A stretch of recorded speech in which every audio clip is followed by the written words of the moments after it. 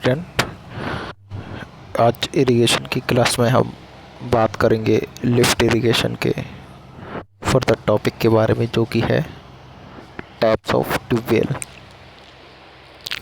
तो इसमें हम जानेंगे कि ट्यूबवेल कितने प्रकार के होते हैं। मेनली अगर बात करें तो ट्यूबवेल 3 प्रकार के होते हैं। पहला क्या है, स्ट्रेनर ट्यूबवेल। दूसरा है कोटर नलकूप या फिर इंग्लिश में कैविटी ट्यूबवेल। और थर्ड जो है वो है स्लॉटेड ट्यूबवेल। तो सबसे पहले हम जानते हैं कि स्ट्रेनर नलकूप क्या होते हैं। स्ट्रेनर में बेसिकली स्ट्रेनर हम जो यूज़ करते हैं वो एक जाली, आपने देखा होगा जो पुराने हाउस होल्ड में वगैरह में आपने जब कभी पाइप निकलता है, जो जो सबसे नीचे जो पाइप रहता है उसमें पाइप में कुछ होल होते हैं और उसी पाइप पे जो एक जाली जाली ही बोलते हैं स्ट्रेनर को, जाली लगी रहती है, जिसमें क्या होता है, जब जो परमेबल लेयर होती है उधर से पानी बहता हुआ, और ये जो जाली के जो होल होते हैं वो काफ़ी छोटे छोटे होते हैं, जिससे जो बालू वगैरह, जो सैंड वगैरह के जो पार्टिकल्स हैं इसमें एंटर नहीं कर पाते, और वो पानी जो लगभग प्योर फॉर्म होती है पानी की, वो उस जाली से होती हुई उस पाइप के अंदर आती है, और हम एक मैकेनिकल प्रोसेस के थ्रू उसको, अगर ट्यूबवेल की बात करें तो वो मैकेनिकल होता है, और जो हमने एग्जांपल की बात की उसमें हम मैनुअली उसको प्रेशर के द्वारा, जब हम उसका हैंड पंप का जब हत्था चलाते थे तो हम उस पानी को ऊपर निकालते थे। तो ये बात हो गई स्ट्रेनर पाइप के बारे में।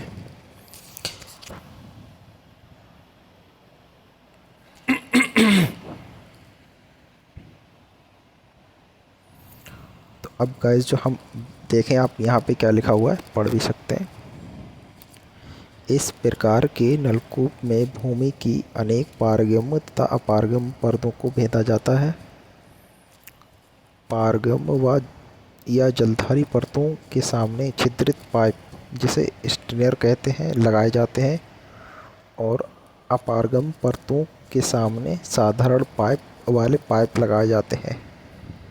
जिससे क्या होता है, स्ट्रेनर के छेद इतने महीन होते हैं कि जलधारी परतों से पानी तो पाइप में आ जाता है, परंतु बालू के कण बाहर ही रुक जाते हैं, जैसा कि अभी हमने बताया।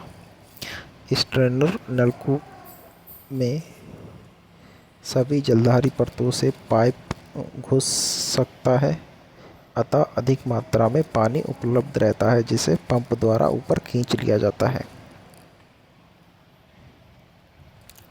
तो ये गाइस था जो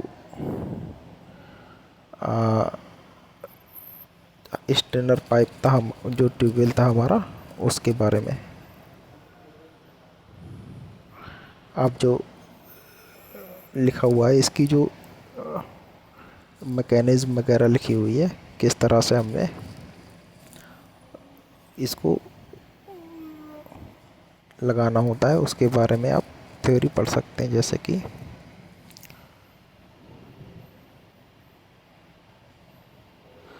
लिखा हुआ है, स्ट्रेनर के कारण जलधारी परतों के रेत के कण ट्यूब में नहीं घुस पाते, इसलिए नलकूप में रिसन खुले कुओं के रिसन बेग तथा सीमांत बेग से अधिक रखा जा सकता है।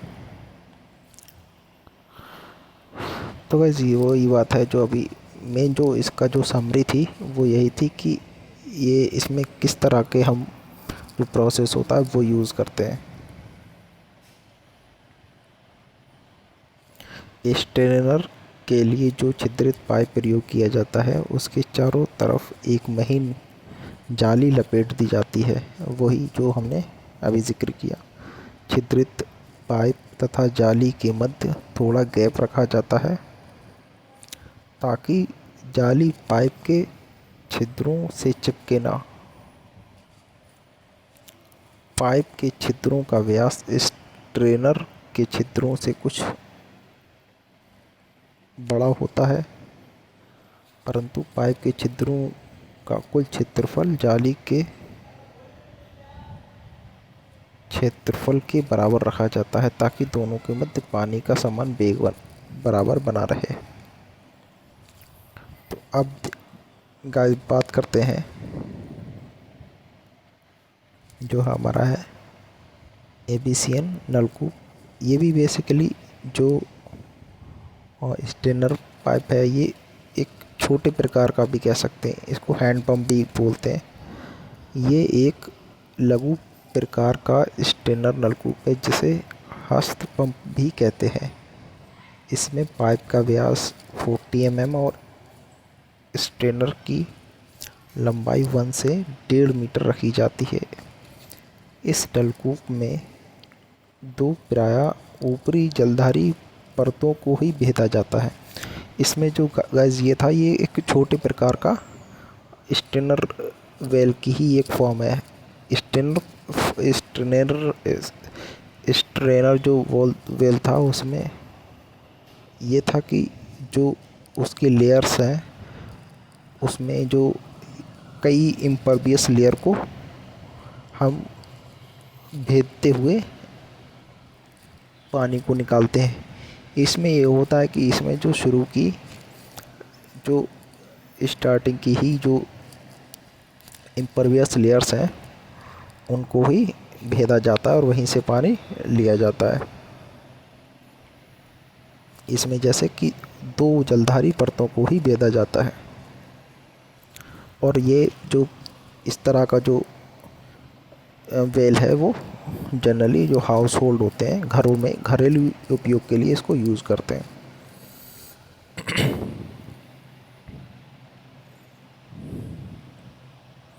अब बात करते हैं झिर्रीदार कुएं के बारे में। झिर्रीदार कुआं क्या होता है गैस? इसमें जो पाइप वगैरह होते हैं, इसमें हम उन पाइप में ही उसको होल करते हैं, जो नीचे के जहाँ पे हमने जहाँ से हमने पानी मिल रहा होता है, उस लोकेशन पे हम छेदों वाले पाइप को लोकेट करते हैं और उससे ऊपर जो हम नॉर्मल पाइप को यूज़ करते हैं। तो उन पाइपों के थ्रू जो उस पाइप में जो होल्स हैं बिल्कुल नीचे वाले, जहाँ से हमने पानी को ले रहे हैं, उन पाइपों में जो एक्वाफर है, जो वो लेयर्स हैं जिनमें पानी मौजूद रहता है, उस लेयर से पानी बहता हुआ इन होल्स में आता रहता है। तो देखें क्या लिखा हुआ है। जब पर्याप्त गहराई तक 80 से 100 मीटर बोरिंग करने पर भी एक ही जलधारी परत मिले और उस तह के ऊपर की प्रवेश परत भी दृढ़ न हो, तो स्ट्रेनर या कोटर का प्रयोग उपयुक्त नहीं होता। ऐसी स्थिति में झिर्रीदार नलकूप का प्रयोग किया जाता है। झिर्रीदार नलकूप में जलधारी तह के सामने साधारण स्ट्रेनर के स्थान पर झिर्रीदार पाइप लगाया जाता है। इसमें गाइस क्या है, उसमें हम उस झिर्रीदार पाइप पर हम एक जाली यूज़ कर रहे थे, जिसको हम कहते थे स्टेनर, और इसमें हम वो जाली यूज़ ना करके सीधे पाइप यूज़ कर रहे हैं। ये इसका मेन डिफरेंस है। ये पाइप पिटवा लोहे का होता है, जिसकी परिधि 25 mm इंटू 3 mm की झिर्रियाँ, और ये उसका साइज़ दिया हुआ, जो झिर्री का मतलब है होल्स, और उनका जो गैप रहेगा वो 10 से 15 mm के अंतराल पर कटी होती है। झिर्रियों का माप बड़ा होने के कारण एक जलधारी परत से ही पर्याप्त मात्रा में पानी नलकूप में आ जाता है। झिर्रीदार पाइप के ऊपर ब्लाइंड पाइप लगाया जाता है। जो साधारण पाइप होते हैं वहाँ पे हम इसको लगाते हैं। इस नलकूप में पाइप के व्यास से काफ़ी बड़ा रखा जाता है। तो गाइस आप इसको पढ़ लीजिएगा।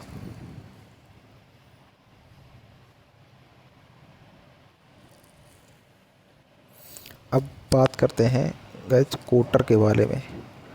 कोटर बेसिकली क्या होता है, जब हम कई जो लेयर्स हैं उनको खोदते हुए उनके में होल करते हुए एक लोकेशन ऐसी आती है कि जो एक वो जो जगह होती है वहाँ पे एक गड्ढे नुमा एक शेप, जब हम वहाँ से जो हमारा जो बालू वगैरह है सैंड जब निकालते रहते हैं तो एक गड्ढे नुमा की एक आकृति बन जाती है और जो वाटर है वहीं पे ट्रैप रहता है।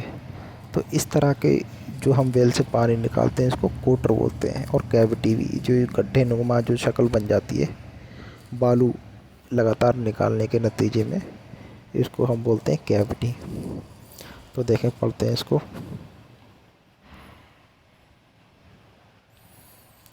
ये एक प्रकार का साधारण नलकूप है जिसमें कोई स्ट्रेनर नहीं होता।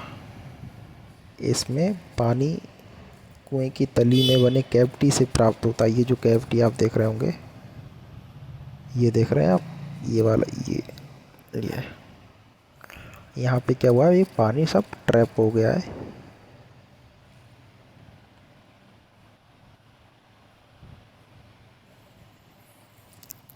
इसमें पानी कुएं की तली से प्राप्त होता है, जबकि स्टेनर नलकूप में पानी छिद्रित पाइप के वर्टिकल साइड से घुसता है।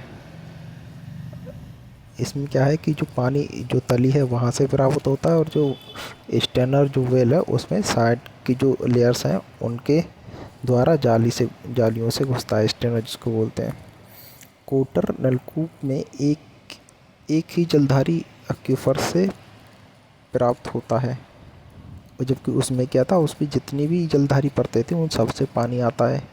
इसमें क्या होता है, जो एक ही जो जलधारी परत है उसका पानी वहाँ पे एक ट्रैप हो जाता है।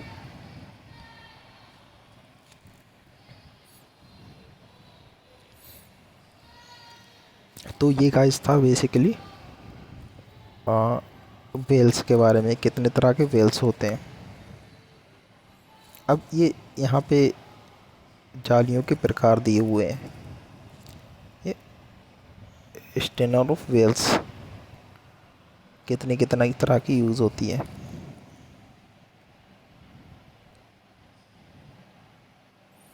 अब इसके इम्पोर्टेंट जो पॉइंट्स जो टॉपिक है वो हम देखते हैं।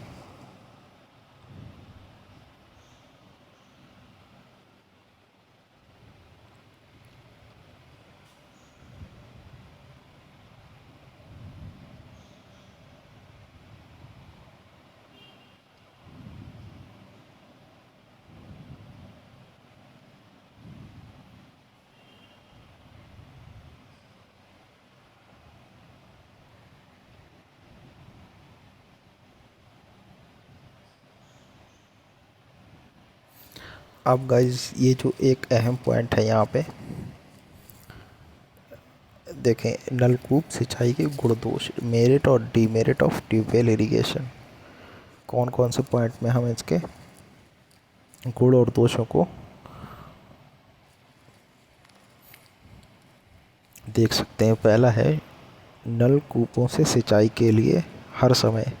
पहला पॉइंट है कि जो वाटर की अवेलेबिलिटी है वो मतलब रहती ही है, हमेशा के लिए रहती है। जब भी हमें पानी की ज़रूरत होती है तो हम यूज़ कर सकते हैं। और जो सेकंड जो है, वाटर लॉसेस इसमें कम रहते हैं, क्योंकि ज़्यादातर हम जो एरिया कवर करते हैं वो ऑलमोस्ट जो सोर्स ऑफ हमारा जो ट्यूबवेल लगा है उसके पास में ही होता है, जिससे जो वाटर लॉसेस है जैसे इवेपोरेशन और जो परकुलेशन ये भी कम रहते हैं।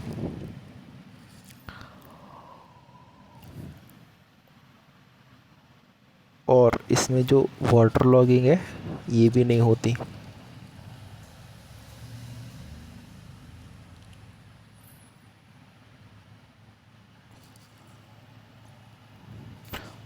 दूसरा क्या है, सेकंड देन जो ड्यूटी होती है, ड्यूटी इससे पहले हमने क्या था, ड्यूटी जो पर क्यूबिक वाटर की इरिगेट करने की जो कैपेसिटी थी वो भी ज़्यादा रहती है। और जो टफ़ सिचुएशन आती है जैसे जो ड्रॉट वगैरह, सूखा वगैरह की स्थिति में भी ये पानी देता है।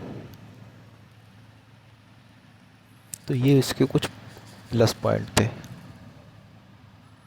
अब जो मेरिट डीमेरिट के बारे में बात करते हैं इसके। डीमेरिट की बात करें तो देखें, एक तो जो पूरा ये मैकेनिकल जो प्रोसेस होता है डिगिंग से लेके और पानी निकालने तक का एक महंगा प्रोसेस होता है, पंप वगैरह काफ़ी खर्चा आता है और इलेक्ट्रिसिटी और डीजल वगैरह भी यूज़ होता है। तो ये एक महंगा सिस्टम है। और ट्यूबवेल बेसिकली कम एरिया इरिगेट कर पाता है कैनाल वगैरह के मुकाबले में, तो ये भी इसका ड्रॉबैक है। और मेंटेनेंस भी एक इसका मसला है। और जो इसकी जो सर्विस की जो वो है कि कितने टाइम तक ट्यूबवेल हमारे खेतों को सर्व कर सकता है, मेन इरिगेट कर सकता है, तो वो भी 15 से 20 साल तक ही रहता है। तो ये कुछ थे मेरिट और डीमेरिट के बारे में ट्यूबवेल्स के। देन अब जो पॉइंट है वो ट्यूबवेल इरिगेशन और नहर इरिगेशन, कैनाल इरिगेशन को कंपैरेटिवली उन्होंने स्टडी किया है। और ये जो हम अपने जो उत्तर प्रदेश के पर्सपेक्टिव से देखें तो हम लगभग 70% के करीब जो यूपी में जो इरिगेशन होता है वो ट्यूबवेल से ही होता है और 21-22% के करीब नहर से होता है। तो देखते हैं क्या क्या पॉइंट हैं। नलकूप सिंचाई की बात करें तो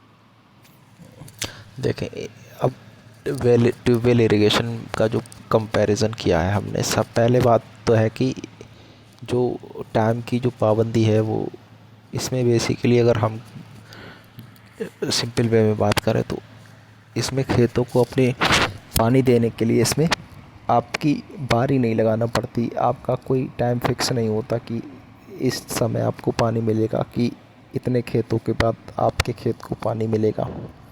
इसमें क्या होता है, इसमें जब आप चाहें तो ट्यूबवेल को यूज़ करके पानी इरिगेशन के लिए यूज़ कर सकते हैं। तो ये एक इसका पॉइंट प्लस पॉइंट हो गया। जैसे कि यहाँ पे आप देख भी सकते हैं क्या लिखा हुआ है कि पानी के लिए नहर सप्लाई की तरह अपनी पारी पर निर्भर रहना नहीं पड़ता। फसल को आवश्यकता अनुसार समय पर पानी उपलब्ध कराया जा सकता है। जबकि कैनाल इरिगेशन में कृषकों को अपनी पानी पर उपलब्ध रहना पड़ता है और जब फसलों को ज़रूरत होती है तब हो सकता है नहर की सप्लाई बंद हो। ये इसके कुछ पहला पॉइंट था। Water loss.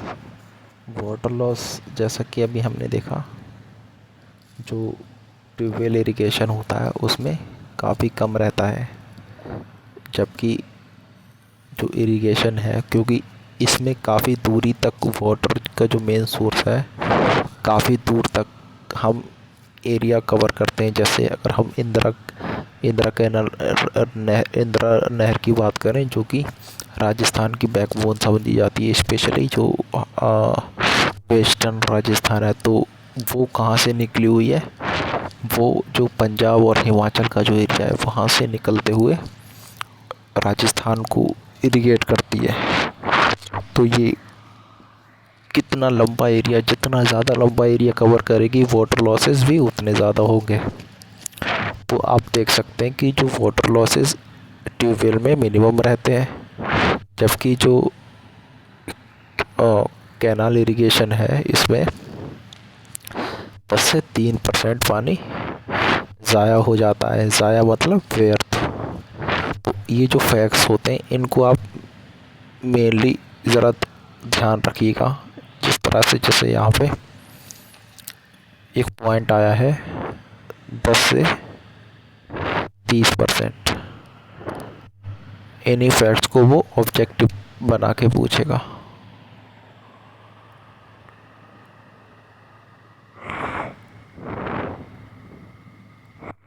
तो अब जो हम नेक्स्ट पॉइंट है वो है यूज़ की बात।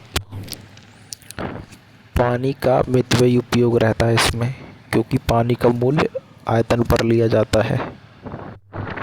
और कैनाल में क्या होता है, पानी के चार्ज के भिन्न भिन्न तरीके होने के कारण तथा कृषकों की लापरवाही से पानी का बेदर्दी से यूज़ किया जाता है। बेसिकली जो जो जो ट्यूबवेल वगैरह से हम जो पानी लेते हैं, तो बेसिकली वो पर्सनल होते हैं, या फिर हम उसको पैसे रेंट ज़्यादा उसका रहता है। लेकिन कैनाल में जो हमें पानी प्राप्त होता है वो बेहद ही सस्ता होता है, और सस्ते के चक्कर में हम उसकी जो वैल्यू है पानी की, उसको ना देखते हुए जितना पानी हमें ज़रूरत होता है उससे कहीं ज़्यादा क्वांटिटी में हम पानी को ज़ाया करते रहते हैं। ये एक पॉइंट हो गया। और जो पॉइंट है वो है अवेलेबिलिटी। ये जो ट्यूबवेल है वो इससे पहले भी हमने बात की थी इसके बारे में, जो सूखा अगर पड़ जाता है तो उस ऐसे मौसम में भी ये हमारे काम आता है और हमारी फसलों को इरिगेट करता है। जबकि एक कैनाल इरिगेशन में ऐसा नहीं होता, मोस्टली नहीं होता। अब अगर बारिश नहीं होगी तो जो कैनाल इरिगेशन का जो मेन सोर्स होता है वो रिवर्स वगैरह होती हैं, और जब वो बारिश नहीं होगी तो रिवर्स का वाटर टेबल उन्हें ही फिल करने के लिए पर्याप्त पानी नहीं मिल पाता, जिससे जो क्या है, जब हमें ज़रूरत होती है तो कैनाल इरिगेशन पानी नहीं दे पाता।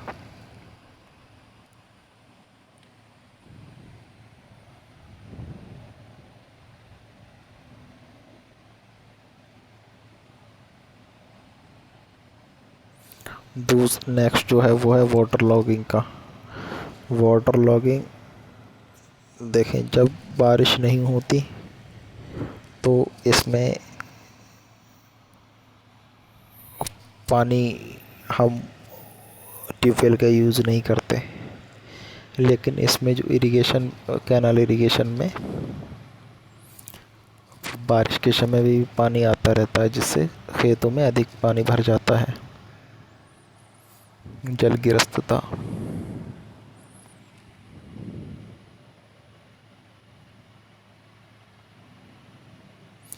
अब देखें, जो वाटर को पहुंचाने की बात है, तो हम अगर हमारी टोपोग्राफी इवन नहीं है, मीन्स अगर वो ऊबड़ खाबड़ है, तब भी हम उसको इरिगेट कर सकते हैं। लेकिन जब कैनाल इरिगेशन के बारे में ये चीज़ नहीं है, अगर टोपोग्राफी सपोज़ कर लें कि जो कैनाल का जो लेवल है और हमारी ज़मीन का लेवल अगर उससे ज़्यादा हुआ तो इस सिचुएशन में हम अपने खेत को इरिगेट नहीं कर पाएंगे। कैनाल इरिगेशन तभी ग्रेविटी के द्वारा हमारे खेतों तक पानी पहुंचता है, जबकि जो कैनाल का जो लेवल होता है वो हमारे खेतों से ऊपर रहता है। ये किसका ड्रॉबैक हो जाएगा।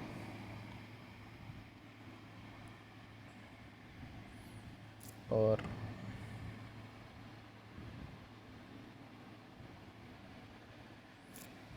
क्षेत्र कमांड का गाइस यही मतलब है कि वो कितना एरिया कवर कर सकता है और किस टाइप का एरिया कवर कर सकता है। ट्यूबवेल इरिगेशन के बारे में ये बात है कि वो किसी भी तरह के एरिया को, चाहे वो समतल हो या ना हो, ऊबड़ खाबड़ हो, तब भी उसको इरिगेट कर सकता है। लेकिन कैनाल इरिगेशन के साथ में ये चीज़ नहीं है।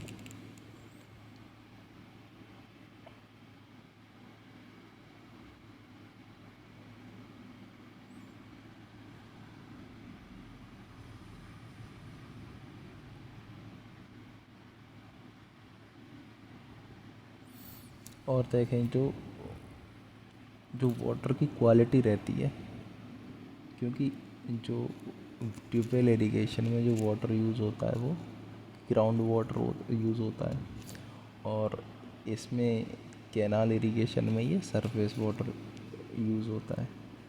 तो जो ग्राउंड वाटर की जो क्वालिटी रहती है वो इससे काफ़ी अच्छी रहती है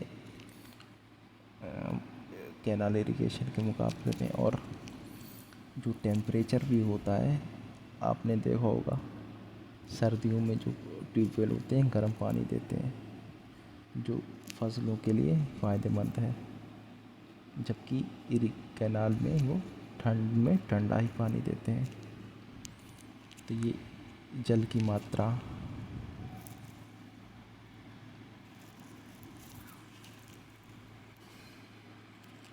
अब जल की मात्रा के बारे में बात करें तो इसमें देखें जल की मात्रा काफ़ी लिमिटेड रहती है, महदूद रहती है उसकी, कि हम जैसे इससे पहले हमने पढ़ा था 3 से 6 लीटर पर सेकंड ही हम ले पाते हैं उससे पानी, जबकि कैनाल इरिगेशन से हम काफ़ी मात्रा में ज़्यादा पानी ले सकते हैं। तो जो एरिया इरिगेट ये ज़्यादा कर सकती है। अब इसमें जो सिल्ट वगैरह होती है, जो गाद जिसको बोलते हैं, छोटे छोटे पार्टिकल्स, वो इसमें नहीं होते ट्यूबवेल इरिगेशन में, जबकि वो कैनाल इरिगेशन में रहते हैं।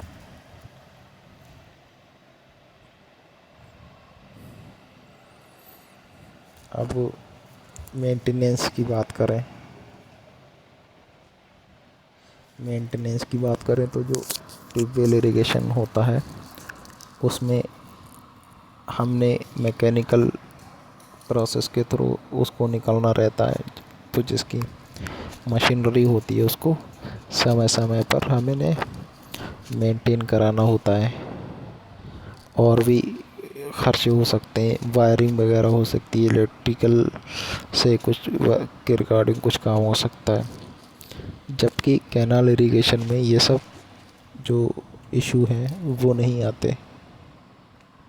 तो इस लिहाज से कैनाल एक अफोर्डेबल इरिगेशन सिस्टम साबित हुआ है हमारे लिए।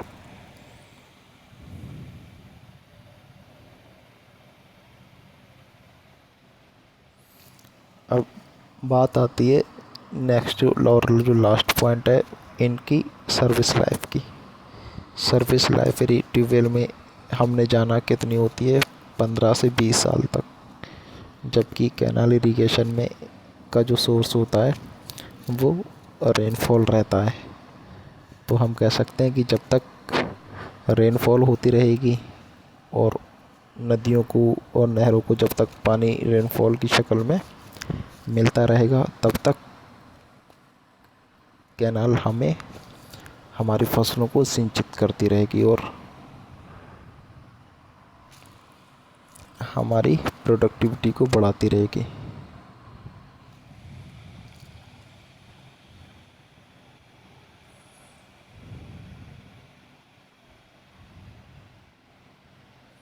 अब ये जो गाइस ये जो कुछ पॉइंट दिए हुए हैं निष्कर्ष के बारे में बताने की कोशिश की गई है कि जहाँ ट्यूबवेल इरिगेशन के कुछ फ़ायदे हैं वहाँ ही उसके कुछ नुकसानात भी हैं। इसी तरह से